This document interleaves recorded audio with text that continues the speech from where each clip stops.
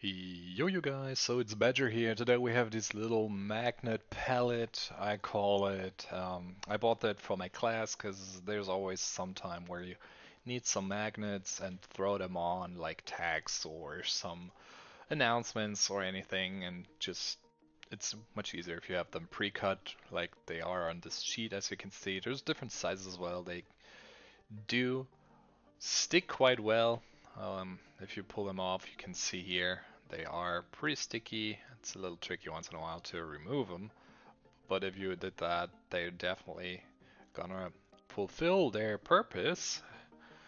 And yeah, if you, I don't want to miss them. I think they're pretty helpful and they save you some time in general. And you just stick them on there, nicely cut, pre-cut, and they fit quite well for most of my tasks that I have. So let's replace that because I don't want to waste it. But yeah, you get two pallets, two mats here, and I think that's something you can definitely pick up, especially for classes or anywhere where you need magnets. It's definitely a good choice.